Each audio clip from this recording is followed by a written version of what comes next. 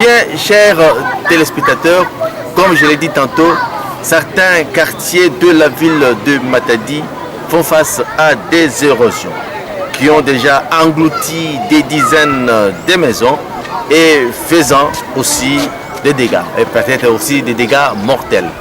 Eh bien, l'avancée de ces érosions inquiète bien sûr les habitants de ces quartiers qui sont obligés de les quitter au risque, au péril. Donc, sur le plan technique, chers téléspectateurs, il se déplace tout simplement parce que, par l'effet même de l'avancée des érosions. Et voilà là où on a construit même les caniveaux pour essayer un peu d'endiguer ces fléaux de l'érosion qui ravagent ces quartiers. C'est comme si l'ouvrage de la construction de cet ouvrage, bien sûr, n'a pas peut-être terminé ou on n'a pas bien construit. Eh bien, voilà vous-même les conséquences. Donc voilà. Donc ici, c'est une partie remise, car nous sillonnons toujours ces quartiers pour voir. C'est-à-dire, aujourd'hui, c'est une grande première. Pourquoi c'est une grande première? Parce que l'année 2015 ne va pas terminer sans pourtant dire ce qui va se passer au mois de décembre 2015. Aujourd'hui, nous allons parler des COP 21. COP 21, c'est quoi? C'est la conférence de Paris, édition 21e édition bien sûr, qui va se dérouler du 30 novembre au 11 décembre 2015 à Paris. C'est une grande première, c'est une grande conférence. On doit parler de l'environnement, bien sûr, avec comme thème les climats. Vous savez, chers téléspectateurs, dans cette émission, nous allons vous entretenir en français et en lingala. Pourquoi en lingala? Tout simplement parce que c'est une grande émission. Il faudra que la population puisse reconnaître tout ce qui va se passer dans cette langue. Parce que, bien sûr, le français n'est pas notre langue, mais en ce qui concerne cette émission, parce que c'est une grande émission pour nous, nous allons vous entretenir sur en français. Ce qui concerne bien sûr les intellectuels. Je ne dis pas que si vous ne connaissez pas le français, ce n'est pas dit que vous êtes intellectuel, pour essayer un peu de donner les informations nécessaires pour cette conférence. Eh bien, chers téléspectateurs, il y aura 195 pays pour aller parler de l'environnement, parler des changements climatiques. Parce que dans les changements climatiques, il y a ce que nous appelons les réchauffements de la planète, il y a la hausse des niveaux des océans, il y a la fonte des glaciers et des glaces, il y a les catastrophes naturelles, il y a les actualités sur les changements climatiques et discussions sur les changements climatiques qui va se passer bien sûr en France. Chers téléspectateurs, pourquoi cette conférence qui va se tenir? Eh bien, nous sommes dans la ville de Matadi, de Kinshasa, excusez-moi. Voilà, chers téléspectateurs, nous sillonnons la ville de Kinshasa. Eh bien, ce que vous êtes en train de remarquer, ça c'est vrai, c'est la ville de Kinshasa. Donc, le constat est vraiment amer. Eh bien, notre sujet aujourd'hui, nous avons préféré de parler sur le passerelle. On est en train de construire à Kinshasa et la population a essayé de parler. Eh bien, nous sillonnons toujours la ville de Kinshasa. Donc, nous sommes dans un contexte très très loin par rapport à notre environnement. Regardons ensemble ce qui se passe dans la ville de Kinshasa. Suivons. Bon, pour la nuit.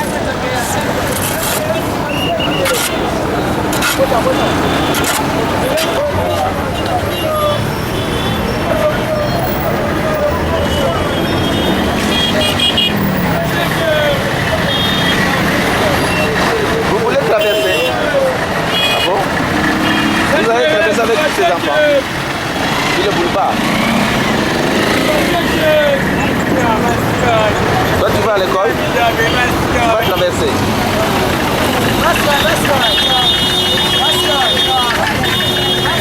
Quand ça maille, au cas où tu apprends, faut pas rater. Pour le cas ça prince, faut tout gamaille.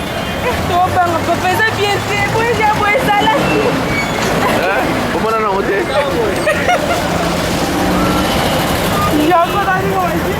Eh bien, fidèles téléspectateurs de notre chaîne, eh bien, je vous présente encore une fois de plus mes remerciements parce que vous êtes fidèles de notre chaîne et surtout de l'émission Environnement. Eh bien, nous allons nous entretenir aujourd'hui sur les embouteillages à Matadi. Vous savez que les embouteillages, ces derniers temps, c'est une casse-tête sans fin bien sûr. Connaissant toutes les grandes agglomérations ou toutes les grandes villes de ce monde, ce phénomène est observé partout.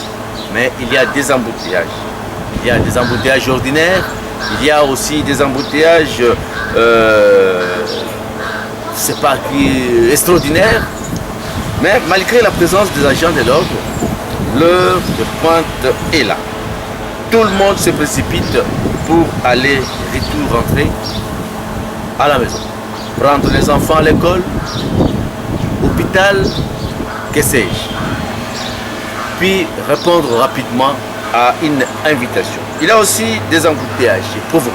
Des embouteillages provoqués soit par le fait que le camion est tombé en panne ou il y a eu un accident ou encore par le mauvais travail de l'agent de l'ordre. Dans la plupart des cas, les embouteillages se passent par le non-respect des codes de la route. Une ville comme Matadi, on se pose la question à quelle heure les camions que nous appelons camions poids lourds quittent ou entrent au port maritime de Matadi. Mais avant d'y entrer, chers téléspectateurs, la préoccupation de la population. Écoutons dans cet élément les préoccupations de la population. Climatique, nous allons bien sûr vous entretenir sur les gaspillages alimentaires. Vous savez que dans cette émission, nous allons vous définir les gaspillages alimentaires, c'est quoi? Parce que nous avons entendu parler dans le monde, il y a certains pays où on jette des nourritures. Est-ce qu'en démocratie du Congo, est-ce que la population jette la nourriture? Voilà la préoccupation. Donc, chers auditeurs, les gaspillages alimentaires peuvent sembler à première vue simple à définir. Il consiste bien sûr à jeter des aliments. Voilà la simple définition en ce qui concerne les gaspillages alimentaires. Bien sûr, nous sommes dans l'environnement. Ce que vous êtes en train d'écouter, c'est dans l'environnement. Mais on s'aperçoit, chers auditeurs ou chers téléspectateurs, très rapidement que cette définition est insuffisante car il est difficile de distinguer déchets, pertes et gaspillage. Dans cette émission, chers auditeurs, les épluchures de légumes, c'est-à-dire mama soka longoli ba abukiman ndutanaye alongoli wana donc il va légumes tout le monde va épluchir des légumes oh tozomona awa et notre ami Boti va vous montrer. Mais les épluchures de légumes sont-elles des gaspillages? C'est-à-dire, est-ce que c'est un gaspillage? Tant que maman le bon conduit à Tchépemène, est-ce que c'est un gaspillage? Voilà, ou simplement un déchet alimentaire inévitable. Et qu'en est-il des déchets donnés à un animal domestique ou peut-être mis en compost dans les jardins? Et puis, le plat jeté à la fin d'un service de restauration. Nous sommes dans une fête, par exemple, fête d'anniversaire, fête de mariage, etc. Mais est-ce qu'on a des gaspillages alimentaires? Voilà, sont-ils des gaspillages ou un déchet lié à l'application de la réglementation? Chers auditeurs ou chers téléspectateurs, et les fruits et légumes qui sont laissés au champ et qui s'y décomposent, sont-ils un gaspillage, un perte ou encore un amende? Nous allons recevoir un responsable de la régie des eaux. Il va nous parler sur les problèmes de l'eau à Matadi. La population a parlé dans cette émission. Vous allez vous-même écouter la population, comment elle a des difficultés sur l'eau. Écoutons la population. Tango ebimi pe bokola mukadese ukata kapapunga siko bande kangamaka enami potana biso bande kangamaka soki 3e jour yango yo somon Donc, ma troisième fois, on tourne à Maï. Bah, 2 heures. Non, ça fait. Le yo zoba na côté. Na vana na oebeka mai ezobima te papa mai passe. C'est ça microphone. Toroba une semaine on kisi mai ezati. Tozokende ka kotoka. O yaka to ka ngole abi. Mutu ka ba 3h du matin, 2h du matin totoki mai. Ah. Ça passe mai makasi vraiment. Là tu peux depuis ton mai ça ça ka mo. Ce qu'il faut te quitter ba. Ta ka ba ko. Ba monter ta makoni ça ka biso passe. Ça peut biso passe Papa. Bon, actuellement, nous sommes en pause. Bon, mai kuna na mai na pause exactement.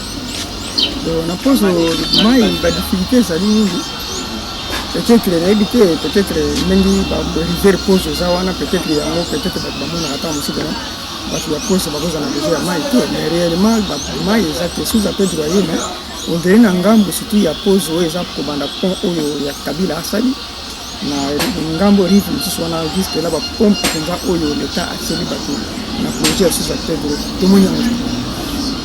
Donc mai surtout mikolo mpe mai eza te. Mai eza te et surtout na développement ya sous appel bapompe nini tozomona parti par là tokuti yango te toyebi te na baraison. Ça mai eza wapi côté bien côté biso.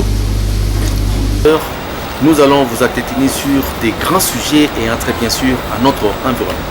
Vous savez que les dépotoirs, la santé des enfants et l'environnement, c'est notre thème d'aujourd'hui. Et chaque fois, chers téléspectateurs, nous ne cesserons jamais de le dire. L'homme a le droit de vivre dans un environnement sain, un environnement de valeur, pourquoi pas un environnement de qualité. Vous êtes dans un milieu. Par exemple, ici, nous sommes dans la commune d'Nzanza. Est-ce que dans votre milieu, là où vous êtes, est-ce que l'environnement est sain? Vous êtes dans la commune d'Mbouzi. Est-ce que votre environnement le plus proche est sain? Vous êtes dans la commune de Batadi. Est-ce que l'environnement environnant est sain? Et pourquoi pas? Est-ce que vous vivez dans un environnement normal? Mes chers téléspectateurs, vous savez que nous avons sillonné un peu la ville de Matadi, par-ci par-là, pour voir si les problèmes de l'environnement, la population a une idée. Mais écoutons d'abord l'intervention ou les interventions de la population dans cette interview que nous avons sillonnée dans la ville de Matadi. Écoutons la population. Le caniveau est bouché partout. Est-ce que vous avez raconté? Quel est la qui en fauteuil? Na m'intéressé wana. Okulukuta ne ba salité nyonso papa. Dans la ville à Matadi, d'abord il y a des problèmes surtout mingi ya bouchement ya bakaniveau. Ceux qui moulent et beti pour moi la salité nyonso ebimi na makadam. Alors batumoye baleka exact. Alors suite à ça aussi c'est eza kopesa bangungi na ville. Bakaniveau za boucher bamai nyonso na libanda mai ya mbula soki ebeti na libanda na bamakadam eza kokule eza kotia salite na ville. Alors nayebi te vraiment tozosenga na autorité batala vraiment. Bien, aujourd'hui chers téléspectateurs, nous allons vous entretenir sur un sujet, bien sûr sur un événement aussi, un événement qui n'a jamais eu lieu dans notre province, le Congo central, parce que c'était tout juste la semaine écoulée que nous avons assisté à ce forum où il y a eu toutes les provinces représentées bien sûr par les associations dans la province du Congo central, ici dans la ville portuaire de Matadi. Eh bien aujourd'hui nous allons parler de la cohésion dans la gastronomie. Donc un élément vraiment se consolide ou de consolidation bien sûr dans l'environnement dans la province du Congo central et bien dans la ville portuaire de Matadi. Eh bien la République démocratique du Congo, chers téléspectateurs, un pays vaste et potentiellement riche en termes de rationalité capitaliste bien sûr, mais effectivement riche en termes de variété culinaire, parce qu'aujourd'hui nous allons parler des culinaires C'est un problème aussi de l'environnement. Parce que l'environnement, comme je l'ai dit tantôt, l'homme doit vivre dans un environnement sain, un environnement de valeurs, un environnement de prospérité. Est-ce que nous mangeons bien? La plupart des choses, de nourriture que nous mangeons, c'est plus de Thompson, plus de congelé. Mais ici, nous allons vous entretenir sur ce que nous avons vécu ensemble. Il s'agit bien sûr de variétés culinaires de province. La RDC SM sur près de 2,3 millions de kilomètres carrés, où désormais nous sommes à peu près 70 millions ou 70 millions d'âmes, appartenant bien sûr à une multitude de nationalités. C'est-à-dire, si nous parlons des nationalités, nous parlons bien sûr des ethnies, des tribus, etc. Et vit en kaléidoscope, bien sûr, et d'expériences et des projets historiques et socio-culturels. Chers téléspectateurs, me voir dans la gastronomie. Oui, chers téléspectateurs, vous avez suivi. Nous ne pouvons pas vous balancer toutes les 45 émissions réalisées, mais nous avons réalisé quelques émissions que nous avons balancées. Bien sûr que nous avons rencontré des difficultés pour la réalisation de ces émissions, faute d'un sponsor. Mais nous serons ingrats. Nous serons ingrats de ne pas dire merci au DG, l'ingénieur Rapi Kaloulou, que nous l'avons proclamé dans cette émission, les meilleurs sponsors, un grand mécène de l'environnement, un grand environnementaliste de l'année 2015. Et nous espérons que l'un des autres hommes, de bonne volonté, pourront emboîter les pas. Pourquoi pas les personnes morales également. Nous avons réalisé même certaines émissions étaient bonnes ou mauvaises, ou voire même la qualité moindre, mais nous espérons que l'année ou cette année 2016, nous allons faire